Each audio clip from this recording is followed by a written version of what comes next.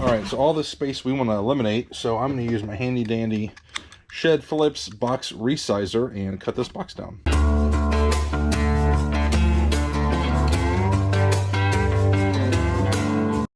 Alright guys, a couple days ago I asked for ideas for videos. Pretty limited on what I can do, obviously. Can't really go anywhere. And a lot of you recommended making a video on how to ship. I think a lot of you guys have questions about how to ship items. So I've got a lot of things going out today. So I thought I would show you how I pack and ship each item. So let's get to work. Alright, first thing we're packing are these games right here. And these are going to a viewer, so I'm throwing in some stickers and I'm going to write a thank you note. Alright, we're going to put some bubble wrap around these because we don't want these jewel cases to crack. So these are nice and padded, and now we're going to slide these into a bubble mailer. Alright, these are weighing in at 8.3 ounces, so we're going to round up to 9 ounces. Some PC software can go media mail. These are games, so they cannot go media mail, and they're going to go first class mail. And at the 9 ounce rate, they'll ship for about $4, something like that. Alright, next thing we're shipping is this bobblehead. We're going to bubble wrap this guy, and it is going to fit nicely in this long priority mail shoebox. Now this box is a little bit bigger than this bobblehead, and we don't want it moving around a lot. Typically I would put some packing paper in here, but as you can see, I am out of packing paper, and the local supply company where I get it from is closed due to the pandemic, so I'm just gonna have to get creative. Alright, so all this space we want to eliminate, so I'm going to use my handy dandy Shed Phillips box resizer and cut this box down.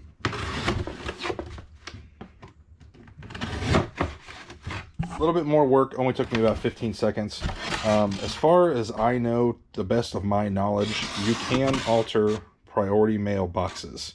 I think what gets a little tricky is when you alter flat rate boxes. From what I understand, when you alter flat rate boxes, they don't ship at the flat rate. They ship at the normal, whatever the weight and dimensions are. They treat it like a normal priority mail box and not a flat rate box. Alright, so this box is broken down, taped up real nice, weighing in at 2 pounds. Alright, next is this Hulk figure. So again, we're going to put some bubble wrap around this thing. And this is going to a viewer, so we're going to throw in some stickers and a thank you note. And I believe this is going to fit nicely in the Priority Mail 1092 box. This is like 12 by 3 by 14. All right, next are these DVDs. These are going to go media mail, so you cannot use a Priority Mail box if you're shipping something in media mail. You've got to use a different box. Kind of limited on my boxes right now. This one's a little too big, but we can break it down and make it work. Now, this is a box I'm reusing. I do pull some boxes out of cardboard dumpsters to ship things with. So there's a label here, and there's a label here, and a label here, and there's some barcodes on these and some addresses on these. So you want to make sure that if you are reusing a box, that you mark out any old labels. So one of these labels, I'm going to stick my label over top of it, so it doesn't really need to be marked out. But these other ones, I'm going to go ahead and mark out. All right, with these DVDs, we're going to bubble wrap them and put them in a poly bag, and then we will stick them in the box.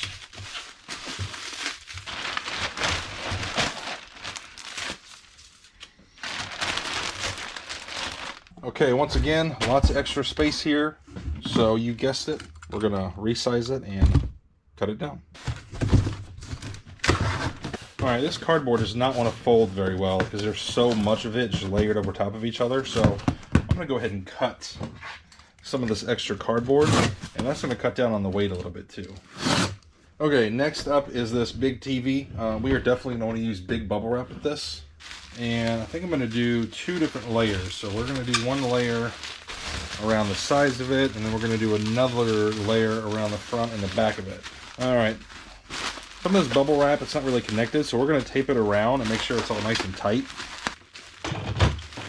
All right, this front part here, kind of like a little bit of a gap, and these are the most breakable pieces. These are knobs, this is the screen. So we're just going to do another extra layer right there to give it some extra protection. Alright, now we need to find a box for this thing. I think this is going to fit actually perfectly in this large mailing box. Yeah, that's going to work out good.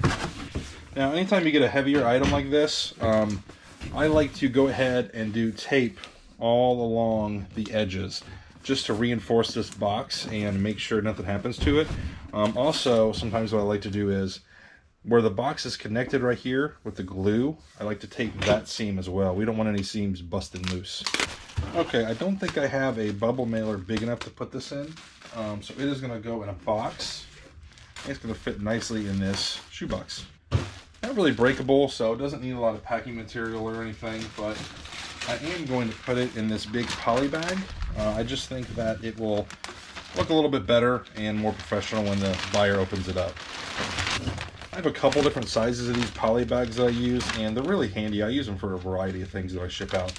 If you guys have never used them, I highly recommend them. I will put a link down in the description if you want to check them out. All right, we're going to bubble wrap this diecast car. It's going to go in a shoebox. And once again, we've got all this extra space. So we're going to resize this and cut it down.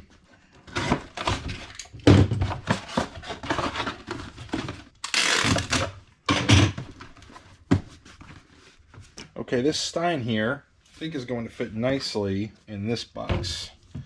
This is the Priority Mail Box 4. It is 7 by 7 by 6.5. And I think after we bubble wrap this, it's gonna be a really good fit in there. This is ceramic, so it is pretty breakable, so I'm gonna go ahead and use the big bubble wrap for it. That's a pretty good fit in there. Not much to really cut down as far as space, but there is some open gaps here that typically I would put some packing paper in. I'm out of packing paper, so I'm going to throw some extra bubble wrap in there. Something I meant to show you guys with the TV, but I'll show you with this. Anytime I got something that's kind of breakable, or really anything for that matter, I like to give the box a shake. And if you can hear the item moving around in there, then you don't have enough packing material. And I did hear it moving around just a little bit, so we are going to try to fill those gaps a little bit better, because we do not want this thing moving. Because the more it moves, the more likely it is to break. Alright, more stuff to pack.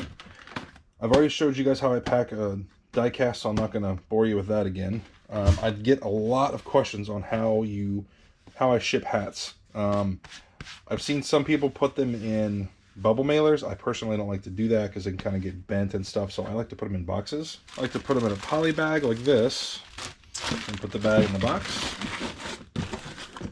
And these almost come out to like 7, 8, 9 ounces, right around there. So you can put in your listing calculated shipping for like 8 ounces. Okay, these business cards are kind of a unique situation. These all weigh over 8 pounds together. So what I'm going to do is use a long regional B box. You can only get these on USPS.com. And the regional B comes in 2 different shapes. Comes in this shape as well. What this box is you can put anything you want in it up to 20 pounds and it will ship at a 4-pound rate. Ignore the word regional, it means nothing. This will ship anywhere in the country. I am going to go ahead and slide these in a poly bag because I think it'll look a little bit cleaner for the buyer. And these are good to go. Throw some extra tape on the top here. And it is all set. All right, next are these batteries. I'm going to bubble wrap these, and they're going to ship in a bubble mailer. I just picked up a bunch more of these boxes at my post office, and you can get these for free on USPS.com. They'll ship them to you. It usually takes a pretty good while. I'd say a week, 2, maybe more. But they are free, and I have a huge variety of boxes that I get from them. These boxes come with sticky tape, so you take this tape off and then you push down and seal it, but in my experience it does not stay closed very well, so I put additional tape around the edges just to make sure this thing isn't going to pop open in transit. Alright, next is this Wii. We've got accessories, game, and the console. This is probably the most breakable part of the whole thing, so we're going to use big bubble wrap for this. I like using bubble wrap that is perforated every 12 inches because then I can select exactly how much I want and it tears off nice and easy. Some of the smaller stuff we'll just use small bubbles for. Alright, for the Wii we're going to use this Priority Mail large mailing box. It's not a flat rate, it's just a shipping box. It is O Box 7. This one is 12 by 12 by 8. Okay, once again we've got a lot of extra space in here and we don't want this stuff moving around, so I'm going to take the box resizer and cut it down. Alright, we just shaved off like 4 inches of that box. Alright, next are these transformers. I had some of these in Ziploc bags just to kind of keep them together. So I'm going to pull them out of there and I'm going to bubble wrap them. Now, the buyer did not pay shipping on this one, but they did pay shipping for these other 2 lots. So I will combine them all in one box, figure out the shipping price, and then refund them the difference. Alright, we got them all bubble wrapped, and we are going to put them in a box. This is an 8x6x4 box. I use this all the time for hats and all kinds of little smalls and things like this. These run about 30 cents a piece, but they are definitely worth it because it keeps you from having to use bubble mailers. You do not want to use bubble mailers for little plastic breakable toys. The reason this is sort of an issue is because if you just sell one of these or a couple of these, they're light, they're going to ship first class mail, and this box only weighs about 3 ounces, so it'll add a little bit of weight but not much, but it's something that you can factor into the listing when you list the item. So when you're calculating the weight and everything, you can add a few ounces for the box. I also have some 6x4x4 boxes for when I just sell 1 or 2 little toys, and this one weighs right around 2 ounces. Alright, next are these 2 little G.I. Joe figures going to the same buyer. These are already in like little baggies. I don't think they're really reusable, but I am still going to put some bubble wrap around these and then put them in the 6x4x4 box. You might be tempted to put these in a bubble mailer, but I still like to ship these in a box just because I don't want them to break. This only weighs 2 ounces, so it's only going to add, you know, maybe 30, 40, 50 cents or something like that. So I'd much rather pay just a little bit more and ship it out right and make sure these don't break in transit.